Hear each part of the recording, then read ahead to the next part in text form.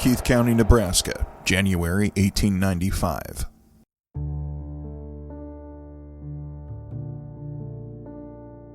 The man had looked around the property, but hadn't seen any sign of John or Ida. He thought it was a little strange not to see them out doing something. There was always something to do on a homestead, regardless of the weather. Animals needed feeding, firewood needed to be cut or collected. He figured that he would see John out and about, but there was nothing. It didn't even look like anyone had been outside in a while. Silence pressed against his ears, his own footsteps the only sound to break it.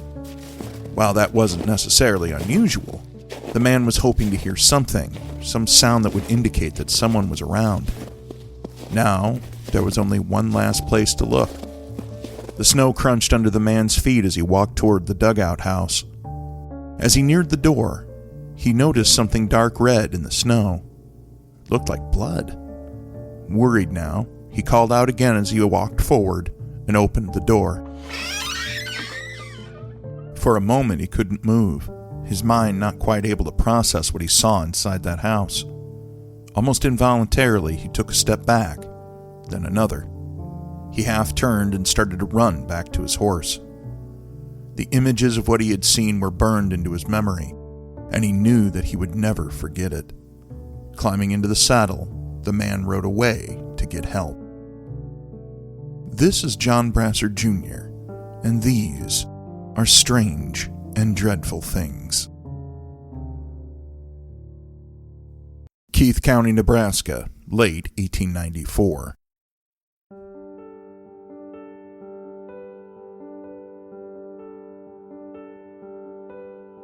John Harris pushed open the door to his new home, letting the light shine inside. Smiling, he put his arm around his wife, Ida. They couldn't have been happier. They knew it wasn't much right now, but they knew that they were going to make it their home. The couple smiled and laughed as they went inside, talking about what would go where and how they would gradually upgrade their homestead. In many ways, they were like many of the pioneers who had come to the Midwestern prairies in the 19th century. They were full of dreams, hoping for a better and brighter future for themselves and their families. But life could be hard, and before they could make their dreams come true, they first had to survive the dangers that the wilderness posed to them. To do that, they needed the basics: water, food, shelter. Winters were harsh and deadly, the summers hot and unrelenting. Storms could come out of nowhere any time of the year, bringing raging thunderstorms and furious blizzards. Weather could be unpredictable at best, and settlers needed a shelter they could go to in case conditions turned bad. Unfortunately, there wasn't much for conventional shelter in Nebraska in 1894. The young state was miles and miles of open prairie. There were few trees, if any, and little stone to be carved into blocks for homes. But pioneers were resourceful, and what they did have was dirt. Lots of it. Settlers would make bricks out of the sod, held together by the thick root system of native prairie grass. These were then stacked together into sod houses, and became perhaps the most famous dwelling type on the prairie. They even gave these homes a cute little nickname, soddies. Another popular type of house was the dugout. A dugout is almost exactly what it sounds like, a dugout house. Contrary to popular belief, Nebraska isn't all flat. There are gently rolling hills across the landscape, and if you had one of these hills in your homestead, then you could build a dugout instead of a soddy. Essentially, the settlers would be living in a cave dug into the hillside. You simply take a few friends, give them a shovel and a few beers, and you dig a hole in the side of the hill. You rough it out, dig down a chimney to the outside to vent out the smoke from your fireplace, tamp down the dirt into a floor, and slap a door on it. Voila! Instant house.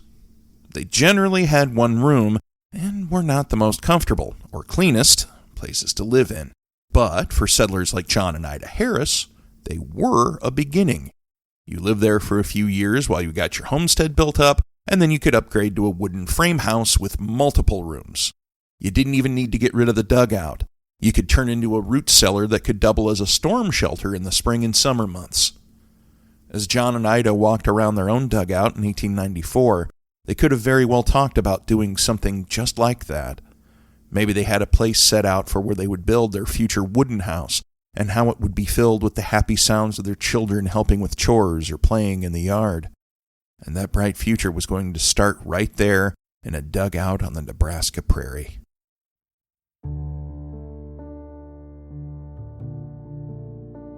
Keith County, Nebraska, January 1895. Edward Lynn could not believe what he had just heard. When his son had come riding home from the Harris place, there was an almost haunted look on his face.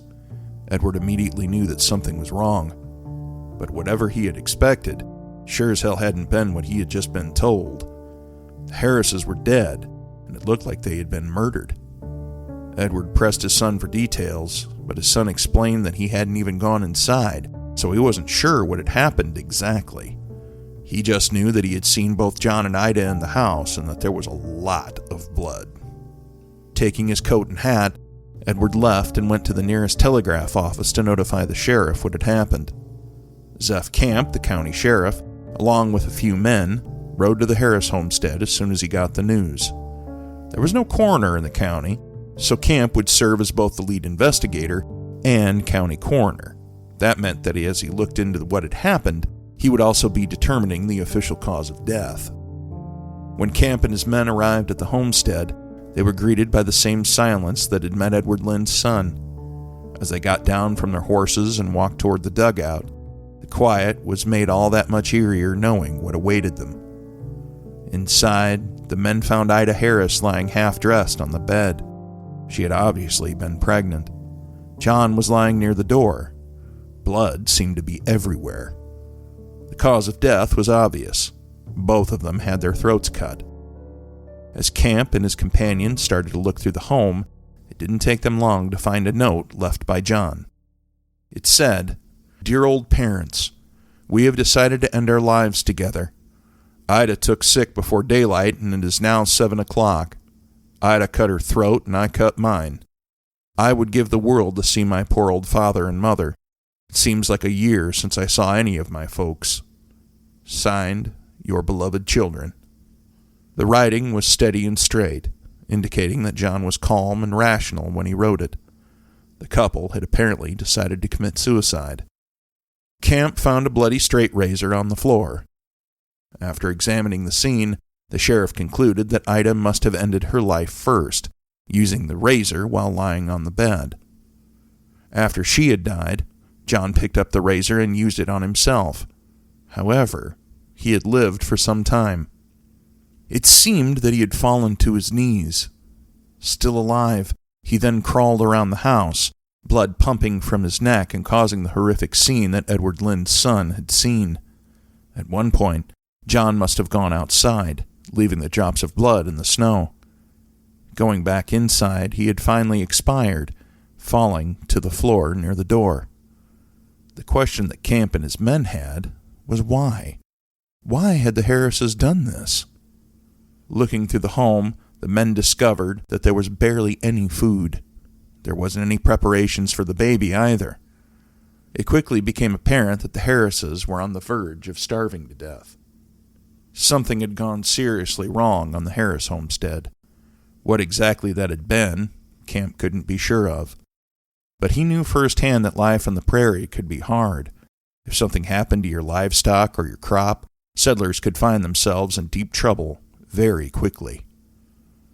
Whatever it was, the Harrises found themselves in the middle of winter without enough food. Ida was sick and there was a baby on the way that they couldn't feed. They must have felt that it was either starve to death slowly or end their lives quickly. Regardless of his conclusion, Camp conducted a thorough investigation. He interviewed everyone who might have a connection to John and Ida, including the Lynns. There was no evidence contrary to his initial findings, and the official cause of the deaths were that the couple had chosen to end their lives in the face of impending starvation. The family came and collected John and Ida's remains. They were later buried in Riverside Cemetery in Hershey, Nebraska. Like many settlers who came through Nebraska, our knowledge of John and Ida Harris is limited. We don't know how they met and fell in love or why they decided to move to Keith County. Outside of a few details here and there, we are ultimately left knowing more about how they died than how they lived. Many pioneers and settlers who came to the prairie were very much the same way. We know a few things about them, often just enough to prove that they actually existed, but after that, virtually nothing. Like the sod houses that they built, these individuals have mostly vanished from the world. And yet, their legacy lives on. These men and women dared to brave the unknown and make a new life for themselves. While many won, others, like the Harrises, lost. But, whether through triumph or tragedy, their lives are all deeply interwoven with the fabric of American history. My name is John Brasher Jr., and you have been listening to Strange and Dreadful Things. Every other Wednesday or so, we drop a new episode where we talk about true crime, strange legends, and all things unexplained. If you like the sound of that, please be sure to subscribe to the show so that you don't miss another episode. You can also find more of these great stories wherever you listen to your favorite podcasts. If you enjoyed the story and any other ones that you listen to, please let us know by liking and leaving a positive review of the show. If you know anyone who might be interested in the show, please share with them too. Also, be sure to check us out on Facebook, Instagram, and YouTube to stay current on extra episode info, upcoming events, and all kinds of other strange and dreadful things. Thank you for listening, and we look forward to sharing another story with you next time.